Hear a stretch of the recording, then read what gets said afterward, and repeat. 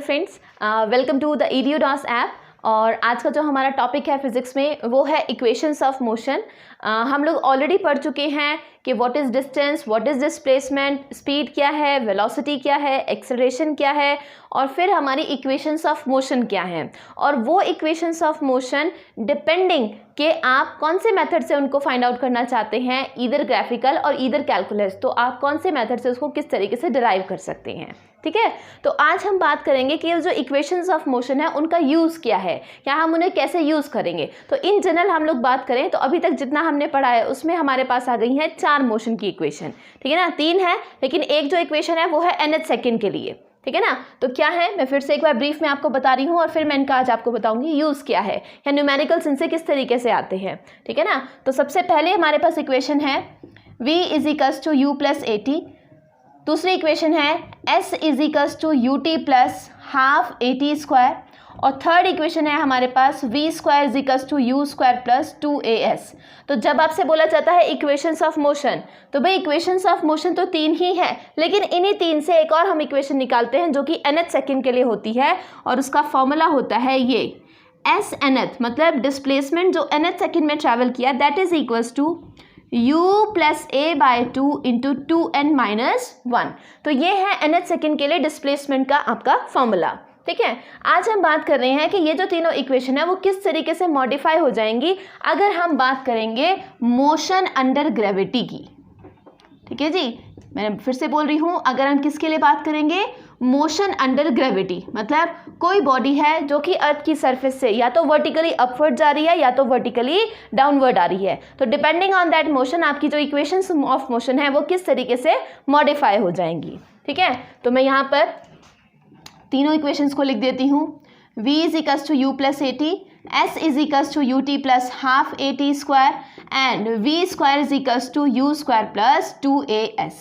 ठीक है, तो हमारे पास अगर हम मोशन अंडर ग्रेविटी की बात करते हैं तो there are 2 types of motion. या तो आपका होगा मोशन वर्टिकली अपवर्ड्स, ठीक है ना। अपवर्ड्स का मतलब क्या है कि हम अर्थ सरफेस से किसी भी चीज़ को फेंक रहे हैं ऊपर, या फिर हमारा जो मोशन है वो होगा वर्टिकली डाउनवर्ड्स। ठीक है, मतलब कि हम अर्थ सरफेस से कोई भी चीज़ जो है वो उसके तरफ आ रही है। ठीक है ना, किसी हाइट से हम किसी चीज़ को ऊपर से कहाँ फेंक रहे हैं, नीचे। तो एक मोशन है वर्टिकली अपवर्ड और एक मोशन है वर्टिकली डाउनवर्ड। तो वर्टिकली अपवर्ड मोशन की हम लोग जब बात करते हैं तो इसका मतलब होता है कि एक्सेलरेशन पूरे के पूरे मोशन के लिए कांस्टेंट है और उसकी वैल्यू होगी -g।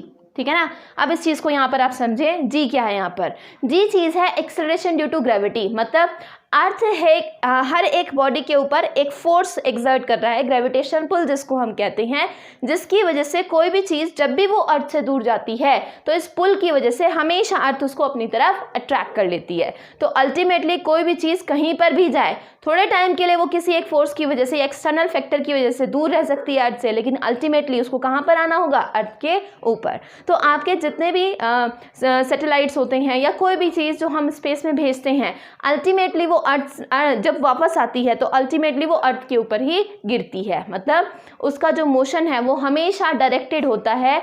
इस बात को याद रखिएगा, ग्रेविटेशन में भी मैं रिपीट करूंगी। ठीक है, उसका जो मोशन है वो हमेशा होता है towards the centre of the earth. तो ये जो हम मोशन आपका वर्टिकली अपवर्ड्स बोल रहे हैं या ये जो हम आपका वर्टिकली डाउनवर्ड मोशन बोल रहे हैं, ये अर्थ के सेंटर से या तो अप है या अर्थ के सेंटर के तरफ है।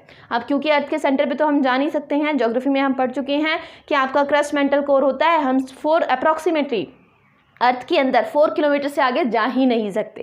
ठीक है ना, जो डीपेस्ट माइन है वो भी अप्रॉक्सीमेटली 3.9 किलोमीटर ही है, बस इससे ज़्यादा नहीं है। ठीक है ना, तो you should get a idea कि हम जब बात करते हैं डाउनवर्ड या फिर अपवर्ड मोशन की, तो वो जो मोशन है सिर्फ और सिर्फ होगा अर्थ के सेंटर से अवे या फिर टूवर्ड्स। ठीक है, तो हम जब बात कर रहे हैं वर्टिकली अपवर्ड मोशन की तो उसका मतलब होता है कि एक्सेलरेशन की वैल्यू है -g।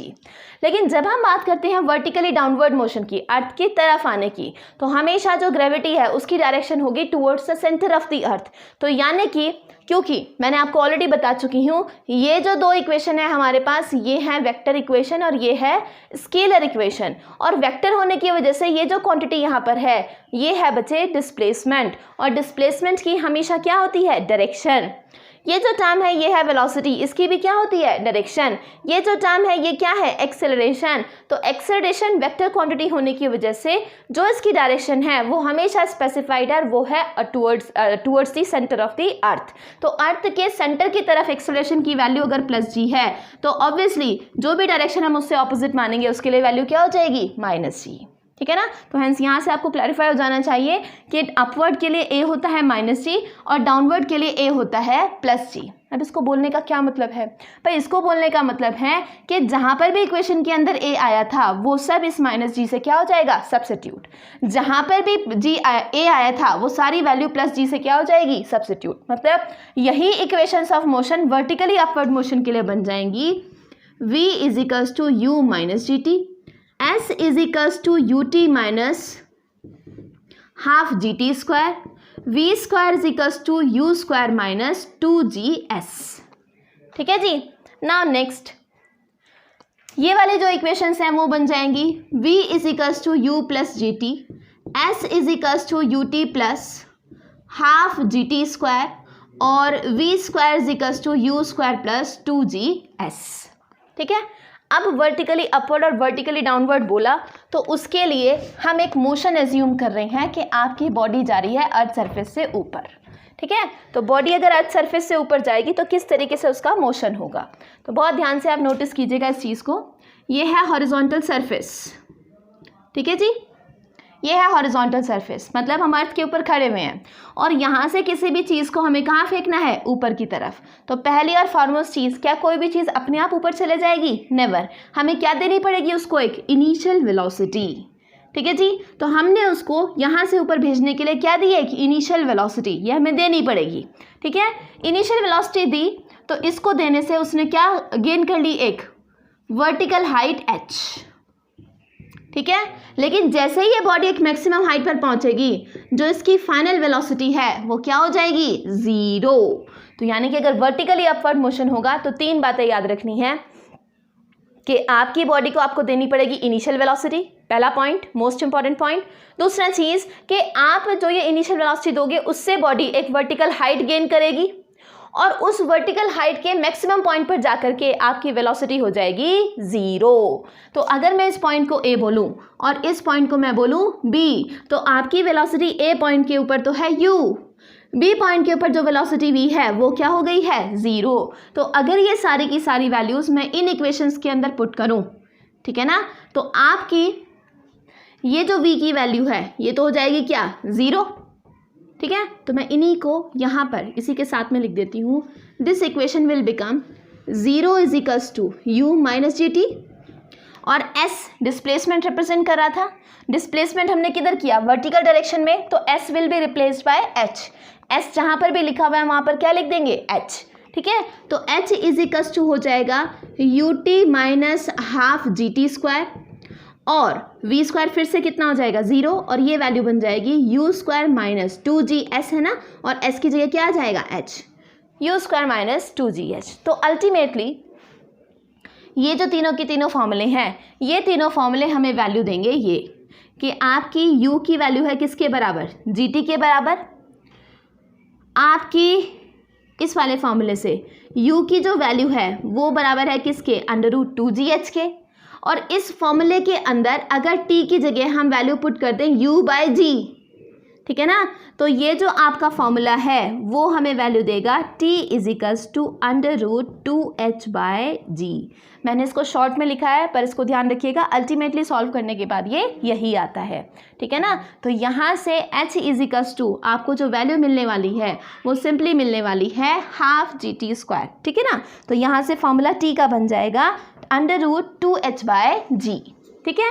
नाउ नेक्स्ट कम्स कि अगर हम किसकी बात करते हैं, वर्टिकली डाउनवर्ड मोशन की। तो अगर वर्टिकली डाउनवर्ड मोशन बोलेंगे तो इसका मतलब क्या है, इसका मतलब है कि if this is the horizontal surface, ठीक है, और ये कोई एक वर्टिकल हाइट है जिससे हम बॉडी को क्या कर रहे हैं, डाउनवर्ड डायरेक्शन में ड्रॉप करना चाह रहे हैं। तो सबसे पहली चीज़, किसी भी चीज़ को ऊपर से नीचे फेंकने के लिए हमें कोई भी वेलोसिटी देने की ज़रूरत नहीं है। तो यानी कि बॉडी की इनिशियल वेलोसिटी जो हम दे रहे हैं वो क्या हो जाएगी, ज़ीरो। हमें कोई वेलोसिटी उसको देने की ज़रूरत नहीं है। तो u की वैल्यू होगी ज़ीरो। लेकिन जैसे ही वो बॉडी वर्टिकल डायरेक्शन से यहाँ लोवेस्ट पॉइंट के ऊपर पहुँचेगी, फिर से मैं लिख रही हूँ, वहाँ पर बी पॉइंट लिखा था, इसको मैं लिखती हूँ पॉइंट सी और इसको मैं लिखती हूँ पॉइंट डी। तो सी पॉइंट के ऊपर जो हमने वेलोसिटी दी, इनिशियल वेलोसिटी, उसकी वैल्यू है 0, लेकिन जैसे ही बॉडी डी पॉइंट के ऊपर पहुंचेगी किसी एक हाइट को अल्टीमेटली ट्रेस करने के बाद, तो यहाँ फाइनल पॉइंट के ऊपर जो वेलोसिटी है वो हो जाएगी उसकी v। तो ये जो आपकी इक्वेशंस बनी थी अल्टीमेटली ये सब रिजल्ट करेंगी, देख लें आप, बहुत ध्यान से इस चीज़ को नोटिस कीजिएगा कि यहाँ पर इनिशियल वेलोसिटी है 0, यहाँ पर फाइनल वेलोसिटी है 0, ठीक है जी। सिमिलरली यहाँ पर इनिशियल वेलोसिटी है u और यहाँ पर फाइनल वेलोसिटी है v, ठीक है। तो यहाँ से ये जो अल्टीमेटली हैं रिलेशंस वो बन जाएंगे, v की जगह तो v ही रहेगा, u वैल्यू क्या हो जाएगी 0, ठीक है ना, प्लस gt लिखूंगी मैं, ठीक है ना, और फाइनली ये वाली जो इक्वेशन है वो बन जाएगी h is equals to half GT²। तो आप नोटिस करें यहाँ से t का जो फॉर्मूला है 2h हो जाएगा और ये अपॉन में g पहुँच जाएगा, तो फाइनली t का फॉर्मूला फिर से आएगा √2h/g, ठीक है ना। t का फॉर्मूला मैं फिर से बोल रही हूँ, वो आएगा √2h/g।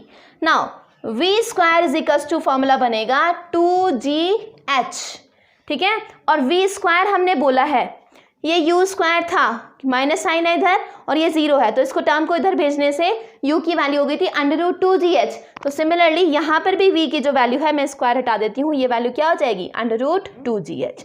तो अल्टीमेटली यही सारी जो इक्वेशंस हैं वो रिजल्ट करेंगी v is equals to gt में, t is equals to √2h/g में और v is equals to √2gh में, ठीक है ना। तो इससे अब हमें क्या क्या क्लैरिफाई होता है, या ये हम क्यों पढ़ रहे हैं भाई, ये हम सब इसलिए पढ़ रहे हैं ताकि हमें एक रिलेशन मिल जाए कि आपका वर्टिकली अपवर्ड अगर मोशन है तो u की वैल्यू होती है gt, u की वैल्यू होती है √2gh और t की वैल्यू होती है √2h/g, डिपेंडिंग कि हमें क्या वैल्यू गिवन है, ठीक है ना, हम अलग अलग वैल्यूज को कैलकुलेट कर सकते हैं, क्योंकि for vertically upward and vertically downward motion the value of g always remains constant and that is 9.8 metre per second square, ठीक है, जिसको कि हम अप्रॉक्सीमेटली डिपेंडिंग कि न्यूमेरिकल के अंदर हमें वैल्यूज कैसी दी हुई हैं उसको हम 10 भी ले सकते हैं, ठीक है। तो आप ये हमेशा ध्यान रखें कि g की एग्जैक्ट वैल्यू होती है 9.8 मीटर पर सेकेंड स्क्वायर, ये याद रखनी है आपको, ठीक है। और अप्रॉक्सीमेटली देखिए यहाँ पर, यहाँ इक्वल का साइन है, यहाँ देखिए मैंने नीचे स्ट्रेट लाइन बनाई लेकिन ऊपर कर्वी लाइन है, इस कर्वी लाइन का मतलब होता है अप्रॉक्स, ठीक है ना। तो g को हम 9.8 बोले या 10 बोले, एक ही बात, डिपेंड करेगा कि क्वेश्चन में हमें न्यूमेरिकल वैल्यू कैसे दी हुई है। फॉर इंस्टेंस मैं आपको बता रही हूँ, अगर आपको इनिशियल वेलोसिटी दे दी जाए 19.6 मीटर पर सेकेंड, तो 19.6 किसका मल्टीपल है 9.8 का, ठीक है जी, 2 टाइम्स 9.8 का 2 से मल्टीप्लाई करेंगे, तो अगर न्यूमेरिकल के अंदर 19.6 टाइप वैल्यू है तो हम g यूज़ करेंगे 9.8, लेकिन इनिशियल वेलोसिटी आपको दे दे वो 10, 20, 30, 40 टाइप वैल्यू, तो आप g की वैल्यू यूज़ करेंगे 10, तो इससे हमें कैलकुलेशन करने में आसानी हो जाएगी, ठीक है ना। तो हमेशा अब आपके दिमाग में जो कन्फ्यूजन होगा कि हमें 9.8 यूज़ करना है या हमें 10 यूज़ करना है, तो हम अपनी कन्वीनियंट के अकॉर्डिंग यूज़ करते हैं depending on the numerical value given in the question. तो क्वेश्चन में कैसी न्यूमेरिकल वैल्यू गिवन है हम भी जी की वही वैल्यू यूज़ करेंगे, ठीक है।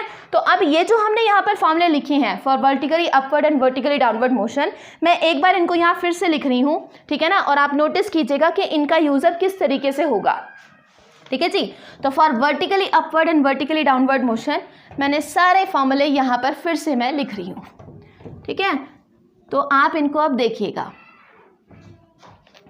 u की वैल्यू आई हमारे पास gt, u की ही वैल्यू आई हमारे पास √2gh, t की वैल्यू हमारे पास आई √2h/g, यहाँ से v की वैल्यू आई हमारे पास gt, t की वैल्यू हमारे पास आई √2h/g और v की वैल्यू हमारे पास आई √2gh, ठीक है। ये मैं रब कर देती हूँ यहाँ से, ठीक है। आप देखें इनका क्या यूज़ है, ठीक, बहुत ध्यान से देखें, डिपेंडिंग, आप देख लें यहाँ से, इससे बनेंगे 3 चीज़ या 3 तरीके के क्वेश्चन, सिमिलरली इससे बनेंगे हमारे अगेन 3 तरीके के क्वेश्चन किस तरीके के होंगे मैं भी बोल के आपको बताऊंगी, ठीक है ना। तो देखें जी तो हमें ऑलवेज गिवन ही है, अब हमें क्या क्या गिवन हो सकता है, सपोज करें इस क्वेश्चन के अंदर हमें t गिवन है, ठीक है ना, टाइम गिवन है, तो अगर हमें टाइम गिवन है तो टाइम से हम क्या क्या चीज़ें पता कर सकते हैं, देखिए बहुत ध्यान से। जी की वैल्यू हमें पता है, फिक्स है, वो चेंज नहीं होती है। तो टी अगर हमें गिवन है, जी भी हमें पता है, तो हम क्या पता कर सकते हैं, यू। ठीक है, तो अल्टीमेटली जो रिलेशन हमारे काम का होगा वो होगा u is equals to g t और t is equals to √2h/g। मतलब अगर हमें पता हो कि किसी भी बॉडी को कितनी हाइट तक फेंका गया तो हम बता सकते हैं कि वहाँ तक जाने में उसको कितना टाइम लगेगा और उसको इनिशियल वेलोसिटी क्या दी गई होगी। Am I clear? ठीक है, कैसे क्वेश्चन होगा कि a body is thrown to a certain height in vertically upward direction having time period 4 second. ठीक है ना, अब हमें बता दिया कि किसी एक बॉडी को वर्टिकली अपवर्ड डायरेक्शन में फेंका किसी एक हाइट के लिए और टाइम लगा 4 सेकेंड। तो उस टाइम से हम क्या क्या निकाल लेंगे, इनिशियल वेलोसिटी भी निकाल लेंगे और जिस हाइट तक वो गया वो हाइट भी हम कैलकुलेट कर लेंगे। ठीक है, तो कोई भी क्वेश्चन अगर ऐसे होगा, किसी भी बॉडी को वर्टिकली अपवर्ड डायरेक्शन में भेजा और उसका टाइम इतना है, तो हम ये दोनों फॉर्मूले यूज कर करके उसकी इनिशियल वेलोसिटी और टाइम दोनों को हम बता सकते हैं। सिमिलरली ज़रूरी थोड़ी है टाइम गिवन हो, अगर हमें यू गिवन हो इनिशियल वेलोसिटी, तो अगर हमें इनिशियल वेलोसिटी गिवन होगी तो हमारे पास बचे दो फॉर्मूले। अगेन यू से भी हम क्या कैलकुलेट कर सकते हैं, टी, और यू से ही हम लोग क्या कैलकुलेट कर सकते हैं, हाइट। मतलब क्या बोल दे कि एक बॉडी है, उसको हमने वर्टिकली अपवर्ड डायरेक्शन में 19.6 मीटर पर सेकेंड की स्पीड से फेंका, तो बताओ उसको उस हाइट तक जाने में कितना टाइम लगेगा। तो कितना टाइम लगेगा, मल्टीप्लाई करना है। जस्ट आपको पूछा कितनी वेलोसिटी के साथ वो कितनी हाइट तक वो जाएगी, तो इस फॉर्मूले में रख के आपको हाइट की वैल्यू मिल जाएगी। ठीक है, नाउ थर्ड कि हमें ना तो टाइम गिवन हो ना हमें वेलोसिटी गिवन हो, हमें क्या गिवन हो, हाइट। तो अगर आपको हाइट गिवन होगी, मतलब क्या बोले क्वेश्चन में कि एक बॉडी को हमने वर्टिकली अपवर्ड डायरेक्शन में 40 मीटर तक फेंका, ठीक है ना, या एक बॉडी वर्टिकली अपवर्ड डायरेक्शन में 40 मीटर तक गई, तो बताओ उसको वहां तक जाने में कितना टाइम लगा, या हमने उसको इनिशियल वेलोसिटी कितनी दी। तो फॉर्मूले बन जाएंगे u is equals to √2gh और t is equals to √2h/g। ठीक है, तो फॉर्मूला तो एक ही है, लेकिन उससे हमारे 3 तरीके के ये क्वेश्चन हमें देखने को मिलेंगे ना। सिमिलरली जैसे क्वेश्चन वर्टिकली अपवर्ड डायरेक्शन के लिए बन रहे थे, वैसे ही ये सेम अब फॉर्मूले बनेंगे वर्टिकली डाउनवर्ड डायरेक्शन के लिए। तो वर्टिकली डाउनवर्ड डायरेक्शन के लिए जब हम बात करेंगे तो अगेन या तो टाइम गिवन हो सकता है या तो वेलोसिटी गिवन हो सकती है। ठीक है ना, यहाँ पर u वैल्यू नहीं गिवन होगी, यहाँ पर क्या गिवन होगा, v। ठीक है, या फिर आपको गिवन हो सकती है हाइट। तो डिपेंडिंग कि हमें क्या चीज़ गिवन है, आपके जो ये फॉर्मूले हैं वो रिजल्ट करेंगे वेलोसिटी को। टाइम गिवन है तो हमें वेलोसिटी मिलेगी और इसी के साथ हमें मिलेगी height, t is equal to √2h/g करके। अगर हमें वेलोसिटी गिवन है तो हमें मिलेगा टाइम और इसी की हेल्प से हमें मिलेगी हाइट। अगर हमें हाइट गिवन है तो हाइट से हमें मिलेगा टाइम और इसी के साथ हमें मिलेगी वेलोसिटी √2gh। ठीक है ना, तो 2 मोशन है लेकिन क्वेश्चन बनेंगे 6। ठीक है, तो कोई भी एक चीज़ गिवन होगी और अदर 2 जो बाकी बची हुई चीज़ें हैं रिमेनिंग वो हमसे वो पूछेगा। तो इसके साथ जो हमारा मोशन एंड ग्रेविटी है वो होता है ख़त्म। अब हम बात करते हैं इसके इंपॉर्टेंट पॉइंट्स की। क्या इंपॉर्टेंट पॉइंट है, बहुत ध्यान से देखें, मैं इन दोनों को कंपेयर कर रही हूँ अब। ठीक है ना, ये तो मैंने आपको बताया न्यूमेरिकल कैसे बनेंगे, ठीक है, कैसे आप न्यूमेरिकल सॉल्व करेंगे। यहाँ पर अब हम बात करेंगे इन दोनों के कंपैरिजन की। तो मैं कुछ इंपॉर्टेंट जो चीज़ें हैं वो आपके साथ डिस्कस कर रही हूँ। दोनों ही मोशन के लिए जो आपकी एक्सेलरेशन ड्यू टू ग्रेविटी की वैल्यू है g जो है, वो दोनों ही मोशन के लिए हमेशा क्या है, कांस्टेंट। मतलब g जो है वो दोनों ही मोशन के लिए, चाहे आप वर्टिकली अपवर्ड बोलो चाहे आप वर्टिकली डाउनवर्ड बोलो, वो वैल्यू हमेशा है आपकी फिक्स। ठीक है, ये डायग्राम मैं दोबारा से बना रही हूँ, बस आप नोटिस कीजिएगा। ठीक है, ये है वर्टिकली अपवर्ड का और ये मैं बनानी हूँ वर्टिकली डाउनवर्ड का। ठीक है, ये है h हाइट तक बॉडी थी और इसको हमने c पॉइंट बोला था, इसको हमने d पॉइंट बोला था। वर्टिकली डाउनवर्ड डायरेक्शन में फेंका, इनिशियल वेलोसिटी है 0 और फाइनली जब बॉडी यहाँ टकराई तो वेलोसिटी हो गई v। ठीक है, तो इम्पॉर्टेंट पॉइंट है सबसे पहला कि यहाँ पर कोई भी हम रेजिस्टिव फोर्स को इंक्लूड नहीं कर रहे हैं। मतलब ये जो इक्वेशंस हैं वो सारी की सारी इक्वेशन है कैसी कंडीशन के लिए, वैक्यूम के लिए। दूसरी और फॉरमोस्ट इंपॉर्टेंट बात कि आपकी दोनों ही मोशन के लिए, चाहे वो अप है मोशन चाहे वो डाउन है मोशन, दोनों ही मोशन के लिए जो एक्सेलरेशन की वैल्यू है वो हमेशा है कांस्टेंट और वो बराबर है g के, एक्सेलरेशन ड्यू टू ग्रेविटी की। ठीक है। तीसरी और बहुत इंपॉर्टेंट बात कि अगर हम सेम हाइट के लिए किसी बॉडी को नीचे से ऊपर फेंकें या ऊपर से नीचे फेंकें तो दोनों ही केस में जो टाइम हमें मिलने वाला है उस टाइम की वैल्यू होगी √2h/g। ठीक है जी।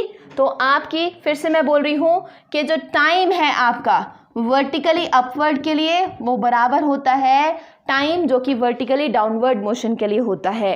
क्या क्वेश्चन है? क्वेश्चन है कि एक स्टोन फेंका और एक फेदर फेंका, ठीक है ना, किसी एक हाइट से ऊपर से नीचे, तो कौन पहले ऊपर से नीचे आएगा? तो क्योंकि आपके टाइम का जो फॉर्मूला है वो है √2h/g और time is only dependent on height, it's independent of the mass of the body. ठीक है ना, बॉडी के मास के ऊपर वो डिपेंड नहीं कर रहा है। तो इसकी वजह से दोनों की दोनों जो बॉडीज हैं वो सेम टाइम पर ग्राउंड को टच करेंगी। This is the most important point. ठीक है। नाउ नेक्स्ट कम्स कि आप इस पूरे मोशन के लिए क्या क्या चीजें कांस्टेंट बोल सकते हैं। ठीक है ना। तो पहली और फॉरमोस्ट चीज, बहुत ध्यान से अब इस चीज को आप नोटिस कीजिएगा कि यहां इनिशियल पॉइंट पर जो हमने वेलोसिटी दी, ठीक है ना, और यहां फाइनल पॉइंट पर जो वेलोसिटी इस बॉडी ने गेन करी फॉर हाइट h, वो हमेशा है वैल्यू सेम। तो देखें आप, यहां से फॉर्मूला था u का √2gh और फाइनल वेलोसिटी जो यहां पर बॉडी की थी वो है √2gh। तो √2gh √2gh, अगर h हाइट सेम है तो दोनों वैल्यू क्या आएंगी? सेम। तो यानी कि जो किसी वर्टिकली अपवर्ड मोशन के लिए बॉडी की इनिशियल वेलोसिटी होती है वो सेम होती है बॉडी की फाइनल वेलोसिटी के वर्टिकली डाउनवर्ड मोशन के लिए।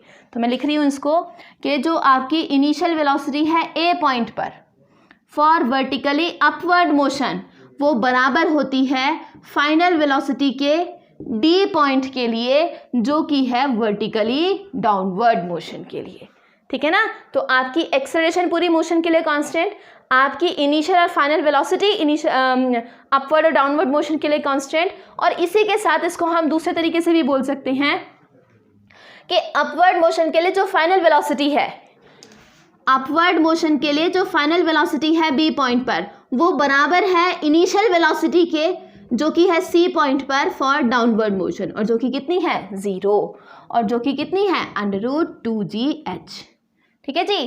तो इन फॉर्मूले से ये क्लियर होता है कि आपके पूरे के पूरे मोशन के लिए जो वेलोसिटी है अगर सेम हाइट है, याद रखें मेंशन किया है मैंने बार बार, फॉर सेम हाइट, बाकी किसी चीज़ के लिए ये बातें नहीं चल रही हैं, तो for same height these things always remain constant. And next and foremost important thing कि पूरे के पूरे मोशन के लिए जो आपकी एनर्जी है वो हमेशा रहती है कंजर्व्ड। क्या मतलब है इसका? कि अगर हमने किसी भी एक बॉडी को, ये हम वर्क पर एनर्जी चैप्टर में पढ़ेंगे जो उसका डेरिवेशन है, ठीक है ना, अभी के लिए बस आपको याद रखना है कि एनर्जी हर मोशन के लिए है कांस्टेंट। क्यों? क्योंकि कोई भी आपकी रेजिस्टिव फोर्स काम नहीं कर रही है। ये पूरा का पूरा जो काम हो रहा है वो कैसी कंडीशन के लिए हो रहा है? वैक्यूम के लिए हो रहा है। ठीक है ना। तो आपकी एनर्जी इस पार्टिकल की अपवर्ड मोशन के लिए फॉर इंस्टेंस वो है 10 जूल। ठीक है। तो आपकी बॉडी मोशन करते हुए बी पॉइंट तक किसी भी पॉइंट पे पहुंचे वो एनर्जी हमेशा रहेगी 10 जूल। वो बात अलग है कि बॉडी जब नीचे से ऊपर जा रही है तो हाइट बढ़ रही है, तो लोवेस्ट पॉइंट के ऊपर वेलोसिटी भी हाईएस्ट होने की वजह से काइनेटिक एनर्जी तो होगी मैक्सिमम, लेकिन पोटेंशियल एनर्जी होगी मिनिमम या फिर 0। लेकिन हाईएस्ट पॉइंट के लिए बात करें तो पोटेंशियल एनर्जी हो जाएगी मैक्सिमम, लेकिन काइनेटिक एनर्जी हो जाएगी मिनिमम या फिर 0, क्योंकि वेलोसिटी भी क्या हो गई है? 0। तो आपकी टोटल मैकेनिकल एनर्जी जो होती है पूरे के पूरे मोशन के लिए वो हमेशा रहती है कांस्टेंट, फिर चाहे आपका मोशन हो वर्टिकली अपवर्ड या फिर आपका मोशन हो वर्टिकली डाउनवर्ड। तो ऐसे मोशन के लिए चाहे वर्टिकली अपवर्ड है चाहे डाउनवर्ड है, हमेशा एनर्जी की वैल्यू रहती है कांस्टेंट। तो दिस सिग्निफाइज कि कंजर्वेशन ऑफ एनर्जी हमारा प्रिंसिपल फॉलो होता है फॉर मोशन अंडर ग्रेविटी। ठीक है, तो इसके साथ हमारा ये वाला पार्ट होता है खत्म। आपको क्या करना है, आपको आज जाकर के करने हैं इसके न्यूमेरिकल्स। जो नेक्स्ट हमारा लेक्चर होगा वो होगा 2 डायमेंशनल मोशन पर, जिसमें कि हम लोग बात करेंगे प्रोजेक्टाइल मोशन की। ठीक है ना, तो आपको क्या करना है, ये वाला पार्ट पढ़ना है, और जो मैंने आपको 6 तरीके के न्यूमेरिकल बताए हैं आपको वो न्यूमेरिकल जहाँ भी मिल जाए ट्राई करने हैं, otherwise we will upload some numericals for you. ठीक है, thank you and keep studying and keep growing. ठीक है, और do not forget to like, share and subscribe our channel and do keep watching our videos. Thank you.